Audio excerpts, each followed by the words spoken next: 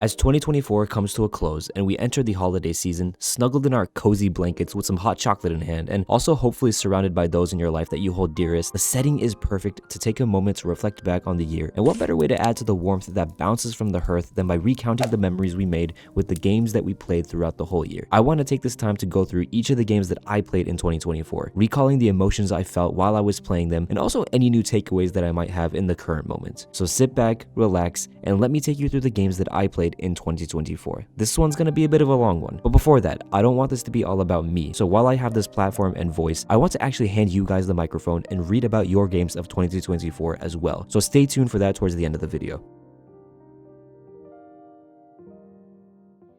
This look back actually starts in December 2023, where I return to my fighting game roots and decide to give Guilty Gear Strive a try for the first time. Now, I consider myself to be pretty well versed in fighting games. I'm at the level where I can beat all my friends, but would probably go 0-2 in a tournament. Up until this point, I'd always watched Strive, but I'd never been too motivated to play it myself. Persona 4 Arena Ultimax was sufficient enough for me. That game is highly addictive and the balance is all over the place. You really just play the game expecting a chaotic and fun time. On a random evening in December, I got the legendary phone call that would send me down my competitive fighting game arc, where one of my closest and dearest friends, Rick, who actually does some of the music for my channel, asked me if I wanted to play some Strive with him. I did never pass up an opportunity to play some fighting games with friends, so I remote played Strive with him via Steam and proceeded to get my ass whooped by his Potemkin. This isn't the prettiest story because I'll admit what got me to purchase and practice hours of Strive was petty revenge, but looking back on it now, sometimes you just gotta fall flat on your ass, or in this case, experience the horrors of Potemkin to realize that there is always room for improvement. I've actually got a separate video on Strive in the works right now where I'll talk about my experiences with the game in more detail, but put shortly, I went from playing Strive like an anime protagonist on their training arc to genuinely loving the game and impatiently waiting for new characters and changes to drop. Since the beginning of November, I've been playing so much Queen Dizzy and messing around with the changes made to the game in the Season 4 update. I've got my gripes for sure, like a lack of skill-based matchmaking or the absurd arcade difficulty, but I can't help myself from loving this game. I always play fighting games, that's just a part of who I am, but for a large chunk of December, I spent my time playing something a little bit more lethal. The game that took the internet by storm and revived dead Discord servers because people were clamoring for people to play with, Lethal Company is an indie masterpiece and a terrifyingly fun horror game. I'm not really all that good with horror games. I shit my pants playing Phasmophobia, and that's baby food in the horror scene. So much so that the developer said he's gonna make the game scarier in a future update. What makes Lethal Company so frightening is the proximity chat, combined with delving into the unknown. Let me paint the picture for you guys. You venture into the facility with your friends, but one of them decides to split off, and while you chase after them, calling out into the dark to see if they'll respond, you're left with the sound of your footsteps echoing against the walls of the empty building, and nothing else. You could have sworn that you saw a pair of white eyes in the distance, but maybe it's just your paranoia getting to you. Then, out of nowhere, you hear what sounds like shaking branches and cracking bramble, followed swiftly by the snapping sound of your neck as you go offline. Then you come back to reality and hear all your dead friends laughing at you, realizing they've been watching you from beyond the grave the whole time, and you guys proceed to the next planet, the process repeating itself infinitely. If you somehow haven't seen anything about this game online in terms of like nitty-gritty details, then good, keep it that way. Go in as blind as possible. I promise you, get a group of friends together and you'll make some of the best memories ever.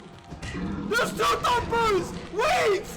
The best part is that this game is still in early access, meaning that new content will come later down the line, giving you more reason to revisit Lethal Company. In a stark contrast of genres, to round out December, we have the most sold video game in the world, good old Minecraft. Every year in December, when stores are closed for the holidays and you can stay up late at night because you're off from school or don't have work the next day, I enter what I like to call my 2-week Minecraft phase, a sentence which might actually resonate with a lot of you. This past year, I started a world that I promised I would keep forever and continue to build. In a couple versions and updates later, I'm still expanding this world and sticking to my commitment. Too often do I create a world in Minecraft, then ditch it for the next one shortly after, then ditch that one as well, and so on and so forth in an infinite cycle. I wanted to see what it would feel like to stick to just one world and work on that for an entire year. And while admittedly 90% of the work I put in was done towards the end of 2023, with some minor housekeeping throughout 2024, I fell in love with the idea of slowly but surely expanding this world and essentially building my own lore. Now that I think about it, I guess this is what it feels like to be a dungeon master,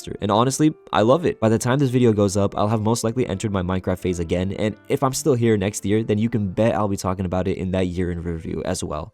As we enter the month of January and officially 2024, we return to the fighting game genre with a bit of a niche title, Dengeki Bunko Fighting Climax Ignition. I picked this game up while I was in Japan, and thanks to the PlayStation 5 not being region locked and also backwards compatible with PlayStation 4, I was able to enjoy it on my console without any hassle at all. Developed by the studio French Bread, who besides sounding delicious, you might know from the Melty Blood and Under Night and Birth series, Dengeki Bunko is a collaborative fighting game that features characters from a large range of Japanese light novels, some of which you've definitely heard of, like Sword Art Online and Toradora. The game is simple to pick up and learn, which I think was the right call by French Bread because these guys are not exactly known for having the easiest combo routing in their games. Just take a look at this combo from Under Night and Birth. This is a fighting game player's worst nightmare. Thankfully, the game features an auto combo system where you spam the same button and get to see a super cool move at the end without the need for inputs. Seeing the characters reference the franchises that they come from by using moves that you might have read about in the original light novels or might have seen in the anime adaptation is such a treat for the eyes and ears. There's a great arcade story mode here too, provided you understand Japanese, since the enhanced re-release dubbed Ignition never actually left Japan. You can purchase and play the original Dengeki Bunko Fighting Climax right now on PS4 and PS Vita, but you will be missing out on the additional characters that come with Ignition. But if you don't mind the language barrier, or if you're ready to bust out the textbook and resources to learn Japanese to play a single game, then finding the Ignition version online is also relatively easy. It's also just a great way to get people into fighting games because chances are people might recognize one or more characters from the original source material, kind of like how Smash Bros brings people to the franchise.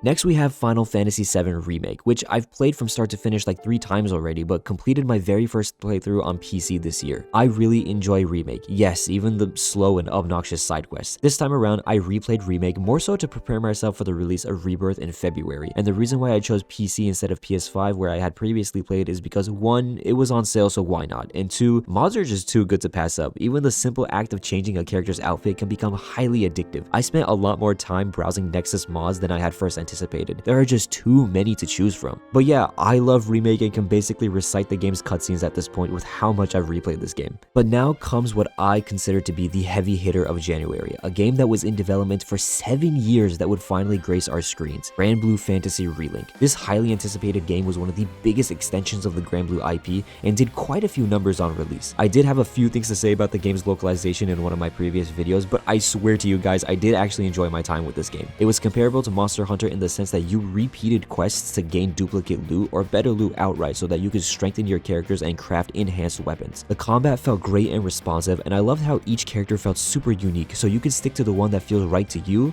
or you could dabble in some or all of them and have it rarely get monotonous. You can also tackle this game completely solo with characters that you personally built, or hop in an online lobby with strangers or a party of friends. The balance is great either way. The campaign is a bit on the shorter side for a JRPG, but it more than makes up for it with the plethora of post-game content. If you buy this game and really invest in it, then you'll be playing for multiple hundreds of hours. So in that regard, it's definitely worth it to pick up. But if you're looking for a quick campaign in a fantasy world with compelling characters, then waiting for a discount might be your cup of tea. For a game 7 years in development and faced with delay after delay, it sticks the landing pretty damn well. However, the release window for Granblue Fantasy Relink couldn't have been more agonizing, as just a couple of days later on the 2nd day of February, one of my favorite games of all time will receive a modern day makeover. Persona 3 Reload is yet another version of Persona 3, and to everyone's dismay, it isn't the definitive edition we were hoping it would be. But even with that being said, Persona 3 is still Persona 3, and I love Persona 3. Persona 3 Portable is my favorite game of all time, so of course I was gonna be there day one to see how they modernize the game, and you know what? They did an incredible job within the parameters that the developers had set for themselves. From the start, we knew this was going to be an enhanced re-release of the base game of Persona 3 Fez,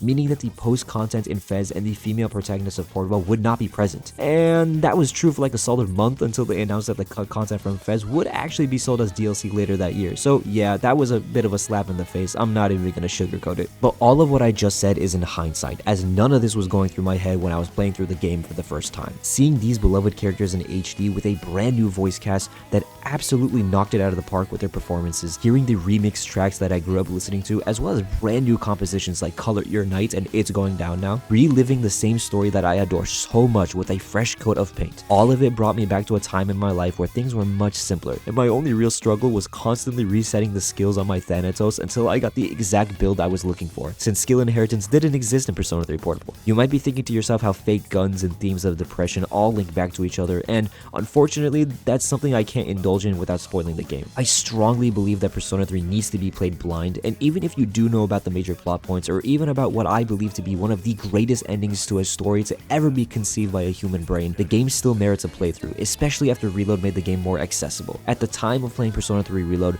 this was easily my highlight of the year, and it was going to be very hard to top, and this came out in February. We still had a whole year's worth of games ahead of us. I love Persona 3, and Reload made me feel the exact same emotions that I felt when playing the other versions of Persona 3 that no other piece of media has been capable of replicating. Following the highs of Persona 3 Reload, I set aside the JRPGs and spent the rest of February continuing my fighting game journey with Granblue Fantasy vs. Rising, an enhanced re-release of the game by the same name that had originally come out in 2020. During the lockdown, I actually watched quite a bit of the original Granblue Fantasy Vs, but never made the leap to actually try the game out myself, mainly due to budget restraints at the time. By the time Rising rolled around, I was in a much better financial spot, and thanks to my little revenge stunt with Guilty Gear a few months prior, my brain was in full fighting game mode, so trying this out was basically guaranteed. Granblue Fantasy Vs. Rising is one of the most beginner-friendly fighting games to date, so much so that when I got one of my Strive friends to play this game with me, he had completely forgotten how to draw motion inputs when he returned back to Strive. Rising is akin to Smash Bros. In the sense that the game has the option to disable technical inputs and instead bind each special move to a direction, up, down, left, and right. By holding a direction and pressing a combination of buttons at the same time, you can perform different variations of special moves, just like you would by drawing the technical inputs, with the only real drawback being that you would leave some damage on the floor if you do long combos via the directional method versus the technical method, but it's so negligible that most people might have not even known that this was a thing until I mentioned it. On top of being beginner friendly, I think Rising is Arc Sys's greatest looking game to date. The animations are super fluid and the art style pops out and grabs the attention of the player and the audience. The captivating art style was one of the main reasons that got me watching Granblue Fantasy Vs. in the first place way back in 2020. Like Strive, I still occasionally hop on Rising to this day. This game does just about everything right, from having a great arcade mode and story mode to a wide spread of online matchmaking options. You know, now that I think about it, this was a great year for Granblue, probably one of the best it's ever had. The pandemic was an unfortunate time for the original Versus to have released, but Rising was the redemption arc that the game definitely deserved, and it just so happened to release right around the same time as Remake. What a time to be a Granblue fan. You guys ate well this year.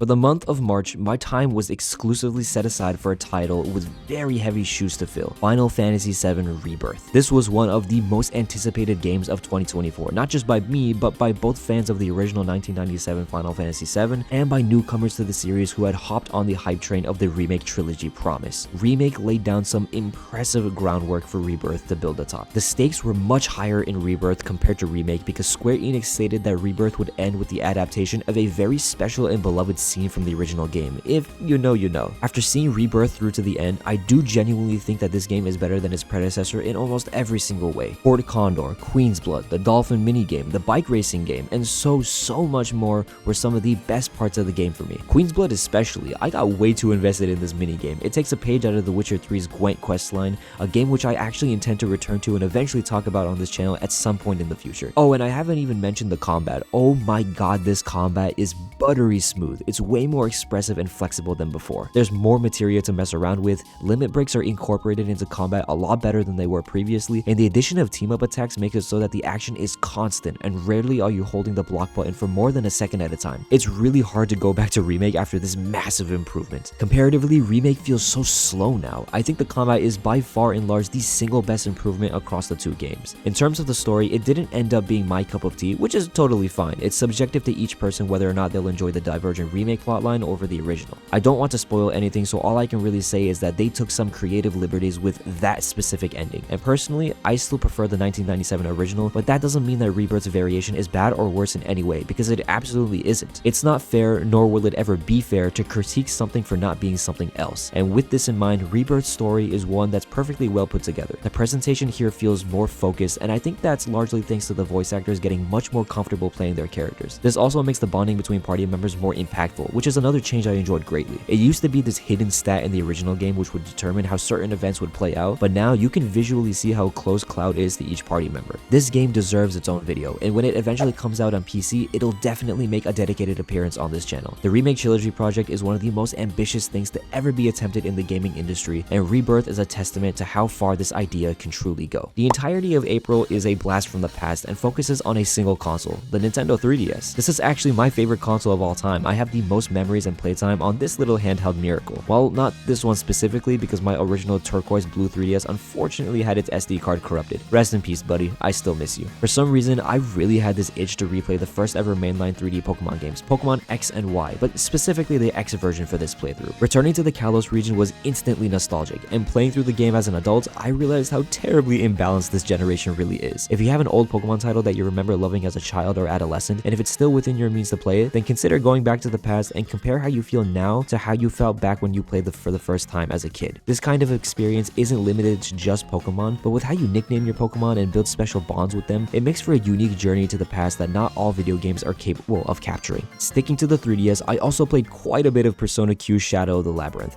I've actually played this game maybe 3 or 4 times before, but for some reason, I can't seem to be able to see it through to the end. Whenever I get to that part in the labyrinth where it's haunted house themed, I always end up putting the game down for one reason or another. But after replaying this game again in April, it might just be my susceptibility to horror causing me to safely tuck my 3DS away, out of sight and out of mind. Objectively, this part isn't even that scary, but when I hear the creepy baby noises and then this adult-sized baby starts to chase you in the labyrinth, albeit one step at a time, that's when I close the lid of the 3DS and call it a day. I still haven't gotten past that part since April. My 3DS taunts me every time I see it. The month of May is a peculiar one because it would have probably been skipped over since I didn't have any game in mind that I wanted to play and none of the new releases really spoke to me. But that's when Supergiant Games dropped Hades 2 seemingly out of nowhere as an early access title. The original Hades, which was released in early access in 2018 before being released officially in 2020, is one of my favorite games of all time. I got the 100% trophy for Hades at a clean 80 hours, which honestly isn't really all that hard to do, but I generally don't care for 100%ing my games, so this speaks volumes to how much I enjoyed my time with it. Supergiant is known for going from one project to the other, but with how well Hades performed, a sequel felt like the natural thing to do, and as their first ever sequel to one of their games, they delivered expertly. Sequels often boil down to being more of the same, like how I just talked about Rebirth being triple the size of Remake, but Hades 2 takes the gameplay formula of the original and changes the way it works on a fundamental level. Hades was all about dashing everywhere instantly and canceling your dashes into quick attacks, and while Hades 2 keeps the isometric angle in the overall style, the game focuses more on positioning and charging your attacks. The second dash is replaced instead with a run that you can perform by holding down the same button after your initial dash, but perhaps the most fundamental change was the addition of the magic gauge, which makes Hades 2 a wizard type game. The focus now is to charge and set up your attacks, which is a stark contrast from the fast-paced gameplay of the original Hades where you strike one enemy down quickly and dash to the next. While I understand why some might not prefer this change in gameplay, I think it's just as fun as the original, and it mostly retains Supergiant's philosophy of tackling different genres with each new game that they develop. I haven't played Hades 2 since May, but since its launch, it's been getting new updates on a consistent schedule. This is one of the great perks of being early access, but since the game is subject to change at any given time, either minor or majorly, I generally avoid making standalone videos on titles that are in early access. The product that I review at a certain place in time could be vastly different from the finished product, so I enjoy talking about my time with the game right now because it makes for a nice reference point for when I eventually make a video on the complete version of Hades 2. This next title hits me right in the feels, since it's the reason why I'm here making this video today. On June 4th, 2024, Honkai Star Rail is actually pretty good, went up on YouTube, and you guys were kind enough to stop by and show your support for the video and the channel. This video sparked the Is Actually Pretty Good series of videos, which some people unfortunately believed was me trashing on a game or doubting how good it is, but I'm here to clear the air and say that the title is simply a callback to this original video. If I didn't enjoy the game, I wouldn't make a video on it in the first place, since I don't find any joy in making negatively charged videos. You can look at accolades and reviews and judge that the game is probably really good, but determining that a game is fantastic based on public opinion and actually playing the game and formulating an opinion for yourself are two completely different things. When I discovered Star Rail on billboards in Japan, I knew immediately that I wanted to try it, and the game had overwhelmingly positive reception, which made me want to try it even more. After downloading it in April 2023 and still playing nearly every week to this very day, that's where the phrase, "Wow, this is actually very good," popped into my head, and the rest is history. I love Honkai Star Rail, and I know I only have 2 videos on the game so far, but I've got some big projects in the works which will take me a little bit more time than usual. Star Rail will return, and it'll be back better than ever.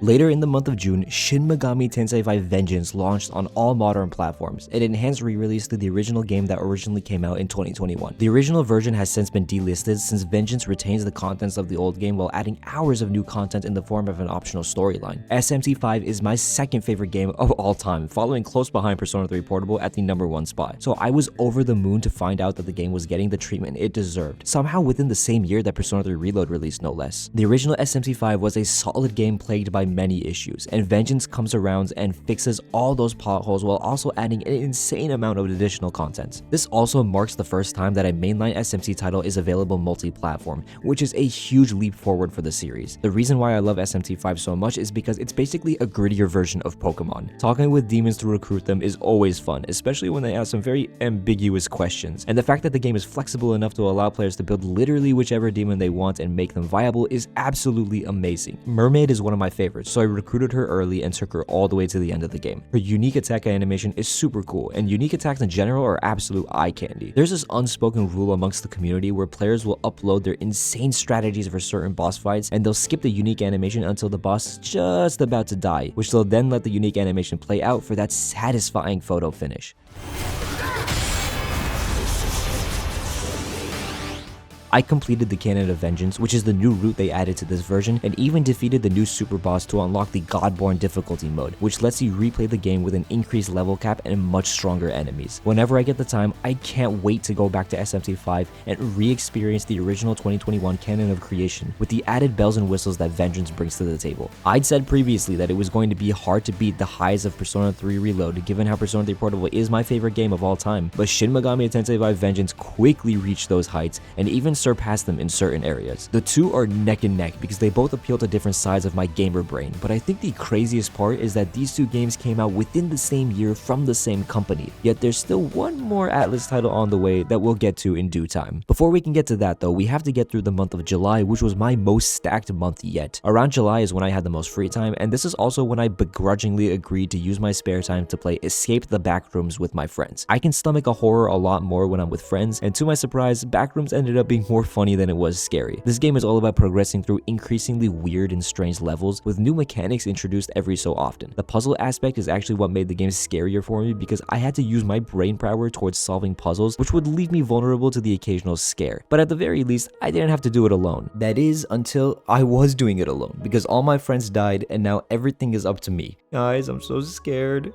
I don't want to do this alone. Mom, please help me. I'm scared.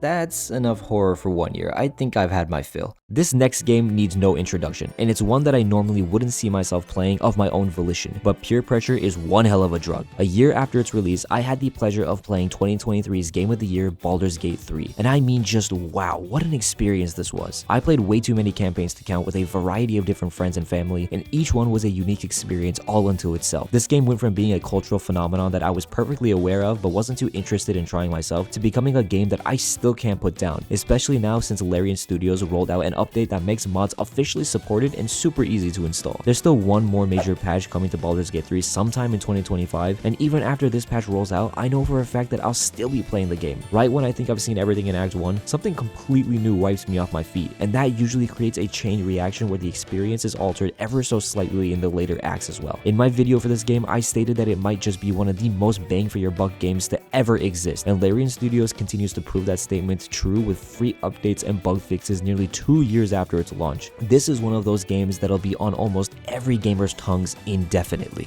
This next game should come as no surprise, as it's basically become a regular occurrence for me to replay this game annually, so I'll keep this section very brief. I love Persona 3 Portable, and something that I did differently this year was actually playing the game with quality of life mods, like manual skill inheritance and the FEMC cutscenes restored mods, just to name a few. I'll forever be grateful to the FEMC community for keeping Portable's content relevant. Like seriously, if I had to nominate a community for their dedication, then it would be this one without a single doubt. Persona 3 Portable is definitely still worth your time, much more so with the community backing it up every chance that they get.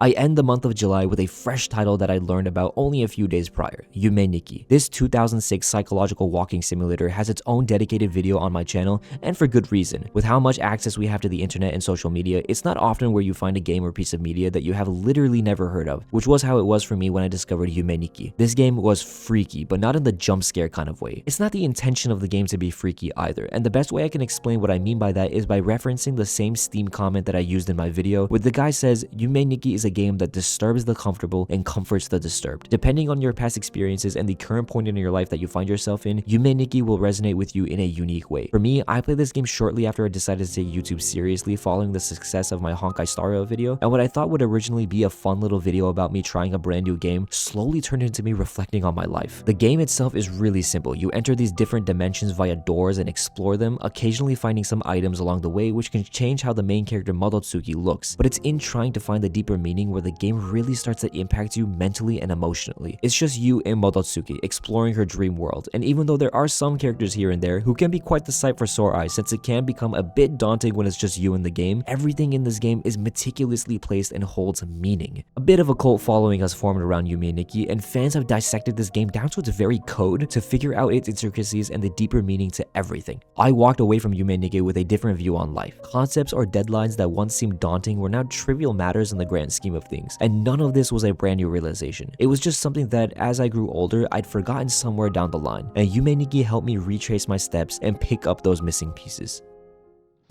In August, I played Honkai Impact 3rd. Yeah, that's about all I have to say. This was a busy month, but I still wanted to try something new, and lots of people were telling me that Hoyoverse doesn't miss with their Honkai games, so I gave Impact 3rd a try, and well, let's just say I'm really spoiled from Honkai Star Rail. Some of the systems in Honkai Impact felt archaic compared to Star Rail, but I also do understand that this game as well as Genshin Impact both paved the way for Honkai Star Rail, so I'm grateful for what those two games brought to the table, but Honkai Impact didn't end up being my cup of tea. I'm glad I tried it though, because now I have no regrets. While August was a bit of a break from the energy of July, these next 2 months pick up the steam, starting first with a familiar name that I hope you guys aren't tired of hearing at this point: Persona 3 Reload Episode Aigis. This expansion came as a surprise since it wasn't originally planned to be a thing, but according to the overwhelmingly positive fan reception of Reload, Episode Aigis was greenlit by Sega and Atlus. Episode Aigis remakes the epilogue of Persona 3 Fez, known as The Answer, which wasn't the most beloved thing when it first came out. The gameplay is lopsided in favor of dungeon diving, and there isn't much emphasis on hanging out with your teammates, so some people didn't get the same amount of enjoyment out of The Answer as they probably did with Persona 3's base game,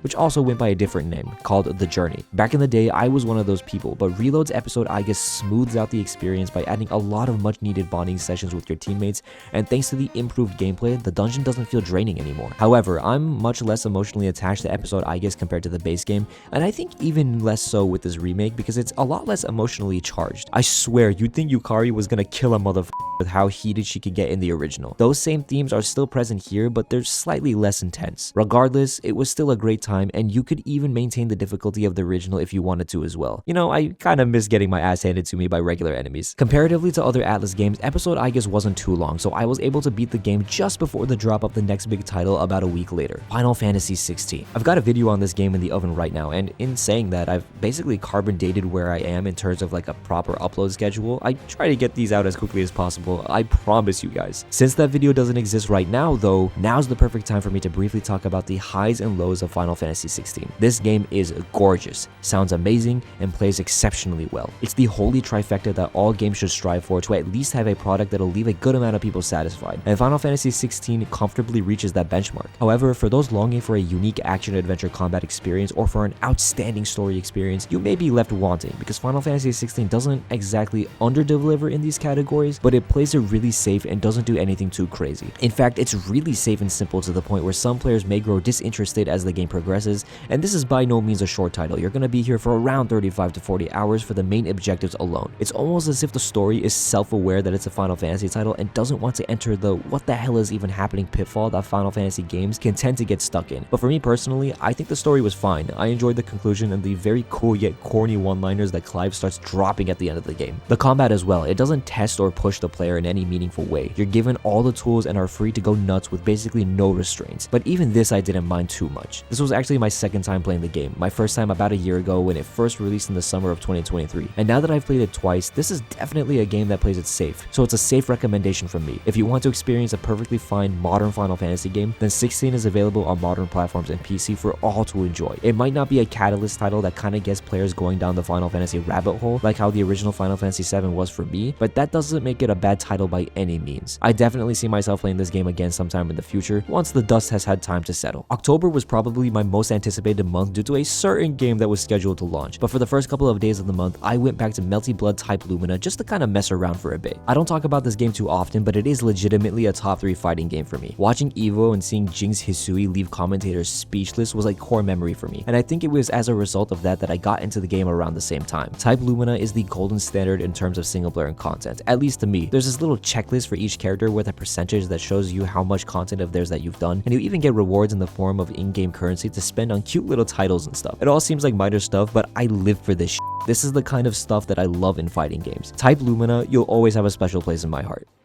Next, however, we have the biggest hitter for my 2024 list of games, Metaphor ReFantazio. Finally, after nearly 8 years of being teased about the project, it's finally within our hands. You can check out the video I have for this game on my channel, and in that video, I said how Metaphor is the culmination of all that Atlus has been working towards since the company's first ever game, and that's what makes Metaphor something truly out of this world. Oftentimes, there's this initiative from studios to create new experiences by drastically changing the format of their next games or trying something new. But what I really love about Atlus is that they seek having fun above all else, and that idea of having fun naturally overlaps with innovative experiences. This was the first time I'd seen a JRPG merge overworld action combat with turn-based combat, and I'm sure this isn't the first time that this has been done, but the simple addition of this double combat system complements Metaphor so nicely, since Atlus are already masterclass at creating snappy and quick turn-based battles. They've gone ahead and outdid themselves here by making the tightest feeling gameplay that I have felt in any JRPG. I am so serious about this. My beloved press turn is the turn-based system of choice for Metaphor,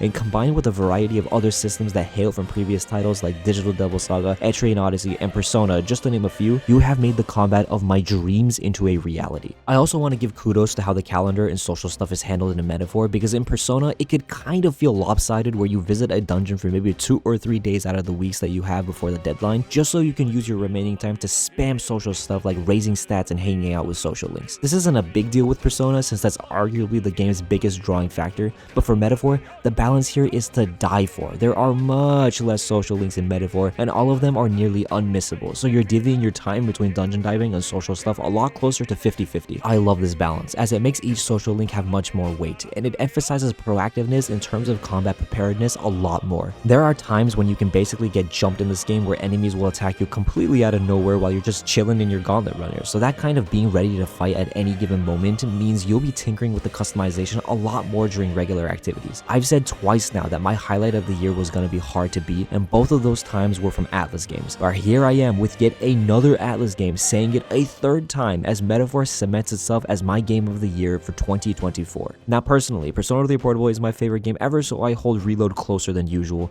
and Shin Megami Tensei by Vengeance is the game that I had the most fun with. But Metaphor ReFantazio is a brand new IP that nails the landing better than some established franchises, so I really gotta give it up for that. Dare I say, this game is looking like it's gonna be the game of the year. It already received the nomination to absolutely nobody's surprise, but I see it going the distance, and if this video comes out after the Game Awards and it does end up winning, then nice prediction, Bonad. But if it doesn't end up winning, then it better have been Balatro.